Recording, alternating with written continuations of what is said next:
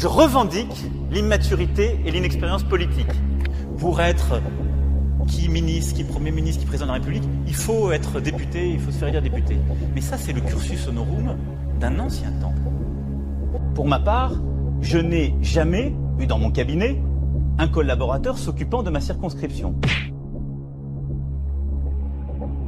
Le libéralisme politique et économique est une valeur de gauche. Moi, je suis socialiste et je l'assume. L'honnêteté m'oblige à vous dire que je ne suis pas socialiste. Pour ma part, je suis de gauche. Alors à l'époque, j'étais pas de gauche. Vous n'avez plus rien à voir avec le Parti socialiste. Mais je ne suis pas au Parti socialiste. C'est un mouvement politique qui ne sera pas à droite, qui ne sera pas à gauche. Monsieur Macron, vous nous dites « je ne suis ni de droite ni de gauche ». Je n'ai pas dit ça ainsi. Non.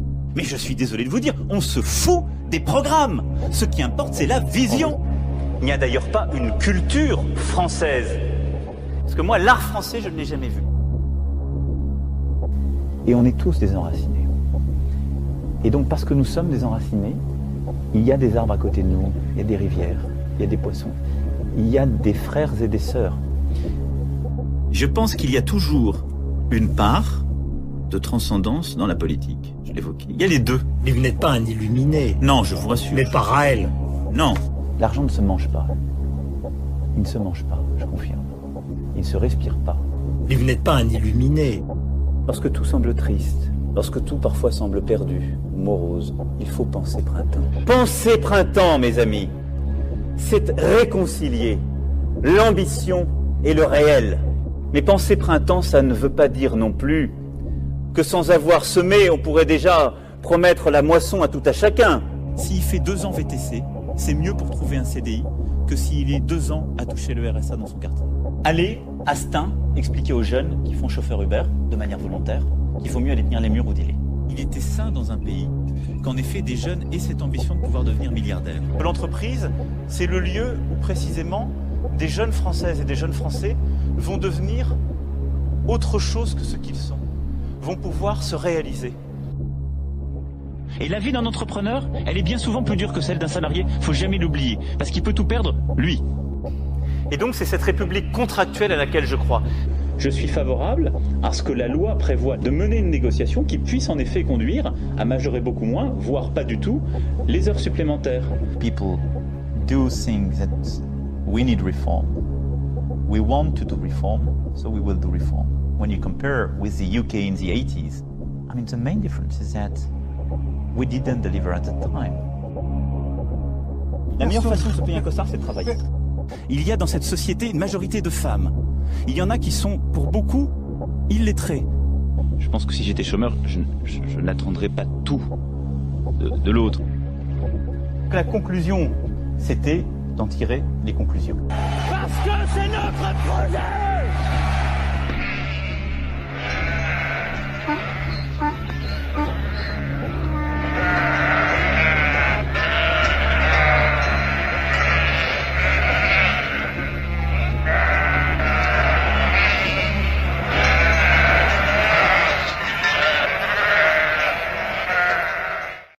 Emmanuel Macron. Alors lui, je voulais me le faire. Le petit génie, si brillant, si beau, si charismatique, a gonflé son si merveilleux CV. Il veut montrer qu'il est le plus intelligent. Malheureusement, il n'a pas eu le concours de l'école normale supérieure comme il le prétend avoir fait. C'est pas beau de mentir, Manuel. Surtout que ce sont des informations vérifiables en 2 clics. La liste des élèves est en public. Ça veut être président et pas encore élu et ça ment déjà aux Français. C'est pas beau ça. Est-ce qu'il y a des propositions concrètes que vous avez retenues dans ce qu'il a dit ou pas?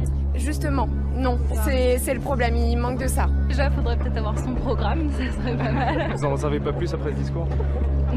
Hier, dans l'Hérault, au centre de ce mécontentement, la loi travail. Nous n'avons pas voté pour ça, monsieur Macron. Actuellement, ce qui est mis en place, c'est uniquement des lois qui vont dans l'intérêt des patrons. Et le dialogue s'envenime. Mais moi, j'ai pas le soir, c'est voir. Vous êtes en train de faire peur à votre système. La meilleure façon de se payer le costard, c'est de travailler.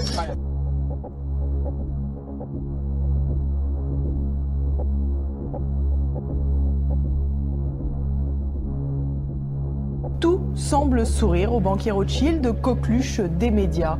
Alors que les affaires s'abattaient sur Marine Le Pen et sur François Fillon, la foudre médiatique a bel et bien choisi son protégé. L'ancien locataire de Bercy a tous les droits, pas question de fouiller dans son passé. Pourtant, Macron, ce n'est pas que la bulle médiatique autour d'un loup de la finance, c'est aussi une part d'ombre. Retour sur des affaires capables de jeter l'opprobre sur le favori du système. Les médias nous cacheraient-ils des informations sur Emmanuel Macron ? C'est en tout cas l'impression que l'on a si l'on compare avec le déferlement de boules puantes sur les candidats Fillon et Le Pen. Pourtant, Emmanuel Macron n'est pas exempt de tout soupçon. Bien au contraire. Macron sera suspecté d'avoir fait du favoritisme pour le groupe espagnol Prisa, qu'il conseillera un an plus tard dans une autre affaire. En août 2014, le jeune premier fait son entrée à Bercy et déclare donc son patrimoine. Surprise, il ne s'élève qu'à 156 000 €, un appartement, 2 assurances-vie, une voiture et surtout une dette de près d'1 million d'euros. Le total est étonnamment faible et contraste avec les 3,3 millions que Macron aurait perçus entre 2009 et 2014. Alors que son prédécesseur Arnaud Montebourg a toujours tenu bon face à General Electric, Macron se dit dès son activité de secrétaire de l'Élysée favorable au rachat d'Alstom. Quand il pose ses valises à Bercy, la vente est consommée. Les conséquences sont simples, plus de 2 milliers de personnes restent sur le carreau, sans boulot. Un peu plus tard, Emmanuel Macron brade l'aéroport de Toulouse-Blagnac aux Chinois, tout en promettant qu'il ne s'agit pas d'une privatisation. À peine un an après, les investisseurs ont pris le contrôle et siphonnent la trésorerie pour se servir des dividendes. Macron a donc vraisemblablement menti. Il ne pouvait pas ignorer que l'affaire allait déboucher sur une privatisation. Et jamais 203, l'énarque n'est pas étranger non plus à la reprise de SFR par le groupe Altis de Patrick Drahi. La fusion a d'ailleurs été organisée par le banquier de chez Morgan Stanley, spécialisé dans les télécoms, Bernard Mourad. Ce dernier a depuis intégré l'équipe resserrée d'Emmanuel Macron. Toujours en poste à Bercy, Macron s'était déplacé jusqu'à Las Vegas pour rencontrer les patrons de start-up françaises pour commencer à travailler sa popularité. Une rencontre organisée par le groupe Havas, présidé par Yannick Bolloré, fils du patron de Canal, Vincent Bolloré. Problème, il n'y aurait pas eu d'appel d'offres pour choisir le prestataire du raout. Du coup, Emmanuel Macron pourrait faire l'objet de poursuites pour délit de favoritisme. Jean-Jacques Mourad, frère du banquier Mourad, cardiologue de son état, était jusqu'il y a quelques jours un des 2 monsieur santé du mouvement En Marche. Dans ce cadre, il représentait fréquemment Emmanuel Macron. Premier problème, Jean-Jacques Mourad est également consultant pour le laboratoire Servier et il a empoché pour 66 interventions en congrès ou colloques la modique somme de 80 000 €. Deuxième problème, Jean-Jacques Mourad a oublié de le dire et l'affaire relève donc du pur conflit d'intérêts. Troisième problème, Servier fabrique des médicaments contre l'hypertension artérielle et bingo, le programme de Macron plaide pour un meilleur remboursement de ses produits. Du côté des jeunes avec Macron, il y a un loup aussi. En effet, le très actif responsable Florian Humez est également l'assistant parlementaire à mi-temps de Jean-Jacques Bridet, maire de Fresnes, un des soutiens indéfectibles de l'ancien ministre de l'économie. Le Mozart de la finance n'a pas oublié ses pairs de chez Rothschild et l'entreprise familiale n'aurait pas hésité à donner un coup de main au fils prodige. La direction de la banque aurait envoyé un message à une sélection dorée de banquiers parisiens pour organiser un cocktail avec Emmanuel Macron. Le message était d'ailleurs assorti d'une demande de confidentialité. Tu m'étonnes, mais bien sûr, rien n'est avéré et les médias sont trop occupés à creuser d'autres affaires, moins importantes certes, mais sans doute plus en accord avec leur direction. Et bien là, ce qui s'est passé est assez drôle, enfin assez incroyable, puisque Jacques Attali a été interrogé lors de ce colloque et quelqu'un lui a posé comme question de quoi Emmanuel Macron est-il le nom ? Et Jacques Attali a répondu textuellement ceci, alors je le lis pour ne pas me tromper. Monsieur Attali a répondu de quoi Emmanuel Macron est-il le nom du vide de la politique française ? il n'incarne que le vide, que cette gauche qui veut à la fois être au pouvoir et ne pas y être, parce qu'elle déteste la gauche de gouvernement.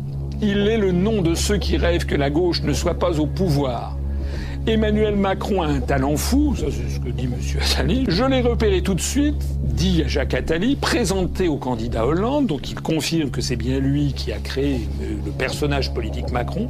Je l'accompagne toujours, je lui dis d'ailleurs ce que je pensais, si seulement il se saisissait d'un programme. Moi, je suis objectif. Quand je vois sur le France Télévisions, en 3 semaines, 2 numéros de complément d'enquête, 1 numéro d'envoyé spécial contre une candidate, Marine Le Pen, et à rien, pas une émission contre M. Macron, une seule contre Fillon il y a 2 mois, rien sur Hamon, rien sur Mélenchon, je me dis, attendez, là, clairement, il y a un parti pris. Voilà, et j'ai pas besoin de parler de cabinet noir. Je parle de parti pris absolument évident. Absolument évident. Mais comme François Fillon, vous dites que le système est au service d'Emmanuel Macron. Maintenant, je vais vous dire pourquoi l'État en est là. Pourquoi le gouvernement est là. Le système est au service d'Emmanuel Macron. Ça, c'est une évidence. Et d'ailleurs, les Français s'en sont rendus compte. Vous savez, il y a eu un sondage Harris Interactive la semaine dernière qui montre que les Français pensent comme nous. Ils le disent eux-mêmes. Il y a un parti pris positif. Ils sont bien les sondages.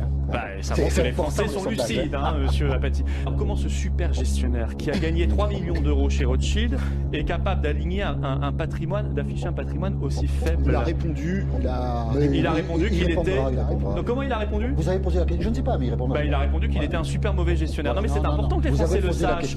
Attendez, laissez-moi parler de Macron. Quand cet homme, on peut poser des questions. Vous savez que ça dérange quand je parle de Macron. Ça dérange. Mais je constate ça sur tous les plateaux, c'est impressionnant. Quand Monsieur Macron brigue la présidence de la République et donc qu'il veut gérer l'argent des Français, ça n'est pas rien. Qu'il commence par apprendre à gérer son propre argent parce qu'il a été le pire gestionnaire de tous les candidats à l'élection présidentielle. Sur ses deniers personnels. Il a claqué, il a flambé. Est-ce qu'il ne fera pas la même chose avec l'argent des Français? Il avait commencé de le faire d'ailleurs quand il était ministre de François Hollande, ministre de l'économie. Puisque je rappelle que sous son ministère, 2 ans ministre, la dette a explosé de plus de 100 milliards d'euros. Voilà. On est amené aussi beaucoup, et ça c'est, j'allais dire heureusement ou malheureusement, utile en politique, communiquer. C'est-à-dire à raconter une histoire. Donc on y apprend d'une certaine façon aussi des techniques pas de manipulation de l'opinion, mais un petit peu. Alain Minck, visionnaire et conseiller des grands patrons depuis 35 ans. Daniel Cohn-Bendit, sophiste depuis 1968. Pierre Gattaz, patron du MEDEF. Alexandre Bompard, multimillionnaire, patron de la Fnac et de Darty. Françoise Holder, multimillionnaire et fondatrice des boulangeries Paul. Claude Bébéard, multimillionnaire et créateur d'AXA. Yves de Kerdel, patron de Valeurs Actuelles. Xavier Niel, milliardaire, patron de Free, copropriétaire du Monde, de l'Obs et de Rue 89. Vincent Bolloré, milliardaire, président du groupe Bolloré, propriétaire d'ITélé, C8, Canal+. Pierre Berger, milliardaire, entrepreneur du luxe, copropriétaire du Monde, de l'Obs, de Rue 89. Bernard Arnault, milliardaire, patron du groupe LVMH, propriétaire de Radio Classique, Le Parisien, Les Échos. Patrick Drahi, milliardaire, patron de SFR, propriétaire de Virgin Mobile, BFM TV, RMC, Libération, L'Express. Marc Simoncini, milliardaire, fondateur de Mythique.